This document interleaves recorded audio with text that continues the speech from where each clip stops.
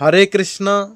श्री लगमोहन कुंड यह श्री राधा कुंडर 1 माइल पूर्व अवस्थित। यही कुंडर चतुर्दिगरे कदम्ब वृक्षर कानन उत्तर दिग अभिमुखे विस्तृत होई शोभावर्धन करुअछि। सर्वसाधारण यही कानन को श्री राधा बाग बोली उल्लेख करिथांती।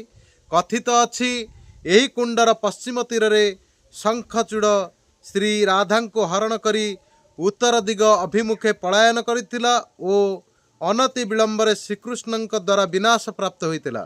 श्रीकृष्ण शंखचूड़र मस्तकमणि अग्रज बलराम को अर्पण करिबारु श्री बलराम मधुमंगल द्वारा ताहा श्री राधिका को प्रदान करथिले। कुंडर पश्चिम तीर रे एबे भी गोटे उच्च मूर्तिका स्तूप रही जार उपरे कौनसी घासादी हुए नहीं। यही स्तूप उपरे श्री राधिका उपवेशन करथिले। कुंडर पूर्व भागरे आहुरी गोटे उच्च स्तूप अच्छी। श्रीपाद रघुनाथ दास गोस्वामी यार उपरे बसी भजन करुथिले।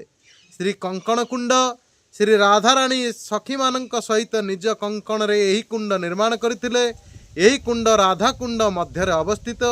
यही कुंडर दर्शन एकमात्र राधा कुंडर पंक उद्धार समय ही संभव होता है। हरे कृष्ण।